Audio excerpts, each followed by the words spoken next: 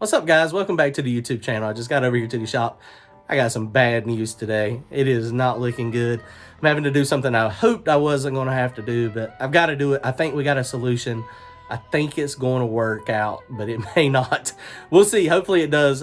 We still got some issues, though. Let me show you what we're working with today. Don't forget to comment, like, and subscribe. Go to our website, turbojohnracing.com, and pick up some t-shirts. We're also going to have some new stuff coming out in the next week or two. I'm going to show y'all in a video, so make sure y'all stay tuned. It's going to be pretty cool. Check it out. Let me show you what we got. Oh, boy. So I've got the block back at the shop here. And, you know, it's been over at my buddy's at the machine shop at Coach Racing Engines. And he's got the crank done. So the crank is going to be fine. The crank, we're going to have to turn it 2020. So that's not a big deal. Right now it's at 1010. Not a big deal. Those cranks are nitrided pretty deep. So, you know, so nice Bryant crankshaft. So we're going to be fine there. So the problem we got. So Richard is working me in. His racing season's coming up. So he's got a lot of work. So, you know, when I took the stuff to him, the plan was, okay, grind the crankshaft, make sure the crank's not, you know, cracked or anything. So he magnafluxed it very quick. He was going to be able to work it in. I try to get all my stuff apart so that, you know, he's got minimal time in actually doing the grunt work as far as disassembling it and checking it. And actually he can just use the time that he has and he's given to me to fix it. So crankshaft's ground 2020. So that's a good thing. So that's easy. So the block, we, you know, started looking at the block. We were going to go ahead and line home this. And something I've been putting off, and y'all have probably seen it, you know, in the couple videos I've had of teardown. This motor has had a lot of blow-ups in it. And it's just one of those things. Richard has fixed it. You know, we got some sleeves. You can see this sleeve, we destroyed the block pretty heavy down there. And we're going to put new cam bearings in this thing as well. So I think we are there because some of the coating's starting to come off, but this thing has been destroyed a bunch. And so this one got destroyed. It knocked a hole in it. And so it's got a sleeve. Part of the block is gone. That one's got a sleeve and you can barely see where the sleeves go. That one does not have a sleeve. That one does not have a sleeve. We got sleeves in 4 holes. That one's got a sleeve. That one does not have a sleeve, and that one does have a sleeve.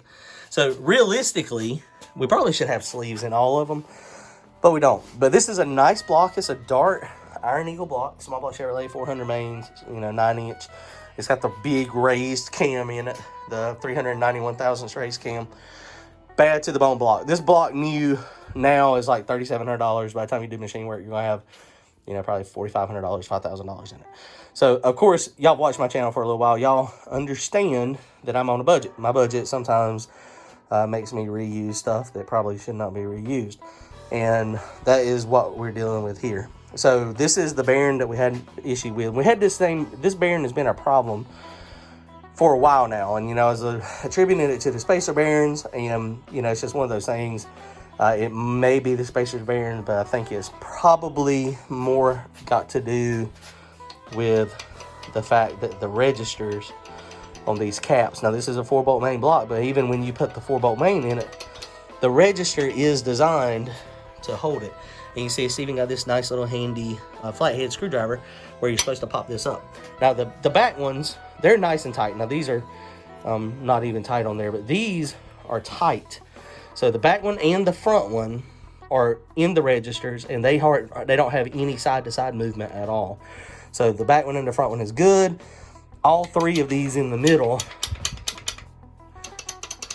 the registers are wore out. And you can see which one's wore out. So that one's bad, this one's badder, and this is baddest. This one right here is the one that keeps giving us problems. So we're going to get them to line hole it after we fix this. So there's a couple solutions. Back in the day, people have pinned the block here, and they basically get this all lined up, get it where it's supposed to go, and then torque these down, and then hit this with a chisel or hammer, air hammer. Brian said he has done before, and what it does is it just pushes the block over. The problem with that, kind of, you know, thinking about it, is if you're distorting the block, there's a chance it could come back. In my opinion, it may not ever come back, but you're kind of pushing it over. So what we're going to do today, what we're going to attempt to do, is we're going to attempt to weld the edge. And if it'll focus on it, it's very difficult to see, but you can see that it's wore out. The billet steel is actually, there's a lip there, and you can feel it you can feel it in the billet steel. I would not have thought the billet steel would have lost the fight with the compact graphite iron. It's kind of hard. It's kind of hard to see it. So, but it is definitely there. So what we're going to do, I'm going to clean this up real good. I'm going to weld. I'm going to TIG weld a nice little bead on each side of the cap. And then we're going to grind it back down. We're going to get it flush. And then we're going to get it so that it can go back into the registers with a little bit of a press fit. And then hopefully that will solve that issue. But in addition to that, what we're going to do. So I was looking online and I did a search about how to pin main caps. And so 10 years ago, my buddy Paul Falcon over at LS Excitement, y'all make sure y'all go check out his website. He does a lot of engine swaps. He does LS motors into other vehicles, old cars, and he's got a dyno, he's got a bunch of stuff. So LS Excitement, I hit Paul up. I saw that, 10 years ago, he was selling some dowels for the LS motors to pin the caps down. And so I was like, what size are they? I was like, do you have any left? He said, yeah, I still got some. And so he measured them. They were 11 millimeters on the inside diameter. And it just so happens that my studs on the main are 7/16. So the 7/16 is a tad on the larger side, just barely. This would not quite go on the stud. And so what I did, and it won't go on the fine thread, but it'll go on the other side. But what we're going to attempt to do, outside diameter of this, is just barely over a ½ inch. It's like, I think it was 15 thousandths over a ½ inch. So I got some nice drill bits. And if you look, this thing, the threads down here in the mains are way down in the bottom. And I know aluminum blocks, they do this. And, there's a lot of different blocks that do it. You do it in your rods. I mean, I don't know how much it's going to help. But I'm going to drill this to a ½ inch. We're going to pound this into the block. And then, we'll drill the cap out the same way. And then so we're going to pin the mains this way. Now, there's also a lot of people, these caps here are doweled. So you could put a solid dowel, out there on the outside. And that would probably be better. And, there is a mark, right there. But man, and you can see this thing's been catwalking like crazy. We've got some major fretting happening, and so that's one of the issues. I mean, there's a chance I could get this lined up perfect. It would probably be better in a CNC machine where it could be, done. Don't have that ability, don't have that luxury. So that's why I'm gonna try to use these at the moment. And I'm hoping with these dowels and tightening the registers up, I mean, honestly, it probably would be fine just to tighten the register.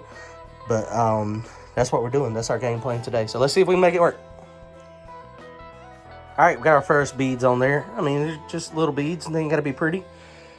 Very small. And then I'm going to have to grind, of course, most of this down, which is exactly what you want to do. Just put the little beads on there and grind it down. We're just trying to make it so that it fits a little flusher in the register. And you can see now, it did not drop down in there, which is perfect. So now we just got to grind it. So I'm going to go to the grinder real fast. Ooh, that's still hot. I'm going to put my gloves on, go to the grinder, and then start trying to get this thing to fit down in there. All right, guys. Well, that wasn't too bad. It is, let's see if I can get this thing in focus. It is not the prettiest thing, but that is a decent tight fit. And you can see the little edge of the weld, and I kind of got it across the bottom. Now, Richard will go back and, like I said, he's going to flatten these caps. He'll put it in the machine and actually take probably 5 or 10 thousandths off of these to get them back square and flush. And then he'll re-hone the block. So you can see when I drop it down in there now, it doesn't go all the way down, which is exactly what you want it to do. You want to have to kind of tap this thing down in place. And so now I tapped it, and so now it's flush down there. Of course, there's no bolts or anything, but you can see it is no longer wobbly. So yeah, so that is, now we are in good shape there. Hey, so alternate plan. So I got the cap in there fairly tight, and I've got the cap drilled out here to a ½ inch. The only problem I'm having is these things are 515 thousandths. So my drill bit is 500 thousandths. So this is solid, and this is, I mean, 15 thousandths press fit is not going to work. So the other thing is, I mean, you know, I'm getting close to the tang edge here that holds the bearing. I mean, I don't think it'll be an issue. I mean, that one's kind of close already too. But if I drill that thing out enough to get that in there, well, first problem, I got two problems. I don't have a 15 thousandths drill bit. The next, I've got a reamer, and my reamer that we found is 14 millimeter, and so that is 530 thousandths. So that is going to be, you can see I hit it with the reamer right on the edge, and that's going to probably be a little too big. I mean, that's not going to have any press fit at all. So then you're going to be wobbly again. So like I was saying, these caps have dowel pin holes in them, and so these are the same dowels that are the size for my oil pump on the small block Chevrolet. So what we're going to do, I just went ahead and drilled some pilot holes here, and we're going to go ahead and I'm going to try to do it this way. I may end up it may just end up being back the way it was with the cap being press fit, but that's what I'm going to try. So I'm going to drill this out. I'm going to pound those dowels in, and then we'll see if that holds it and if that lines it up. Let's see if that works. Well, this was the biggest bust of the day. I got them drilled, I got them in there, but they would not fit and exactly line up, so this is not going to work. So let's keep on keeping on with the original plan. Weld up the caps and grind them down.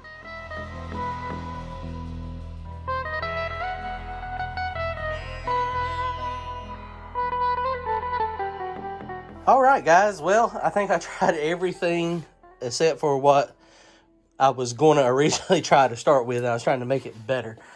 And so I definitely got faster as I moved along too. The more I've done, the better I got. So this was the first one I attempted, second one, third one. So, but overall, I mean, the side-to-side play now is gone. It is gone. And of course, I don't have any studs or bolts on it now, so it's not tight. But the side-to-side is gone. So that is done. So this is the one I started with. And I actually had to do that one. I did it twice, and I cut too much off of it. And then I went to this one, got better. Went to that one, did it, and went the first attempt. So went back to this one. So I've done this one like 3 or 4 times total, but it is finally tight, and it is nice and tight in the register. It's not got hardly any side to side. It's pretty tight. You do have to, well, it'll still pop up. I mean, it's easier. You can kind of see it pop out when you put some pressure on it. It's not as tight as it would be from the factory. Now, this one right here is freaking unbelievable. That's the way that I was hoping they would all turn out. Like, see, that one won't even pop up now. So, that one is super duper. Let's see. Let's get a big screwdriver. That's how they're supposed to do right there. But, you know, this one wasn't as wore out as this one. And you can see the part of the problem is the actual block itself. I mean, the block is, the register is just, it's just beat up, you know, so it's one of those things. And of course, so the dowel holes here, I did try to use that. I marked it the best I could, and I drilled it the best I could, and it was still a little bit off. So that did not work out. So the dowels in the cap did not work out. So we're back to just the registers holding it. So hopefully it's going to be good. Maybe it'll be good enough, and Richard can hone it, and then we will be set. I mean, it didn't turn out bad. I mean, it turned out, you know, I've definitely seen some worse stuff that I've done. But I mean, you know, overall, not bad. It's going to fit the purpose of what we're trying to do, hopefully. All right, so now my game plan with my motor, my engine, I'm going to take this back to Richard tomorrow, and then hopefully mid next week, I will be able to start putting this thing back together. So guys, y'all comment, like, and subscribe. This thing's going back to the engine shop. We're going to get a line board, line honed, and then we'll have a motor ready to reassemble. Later, guys.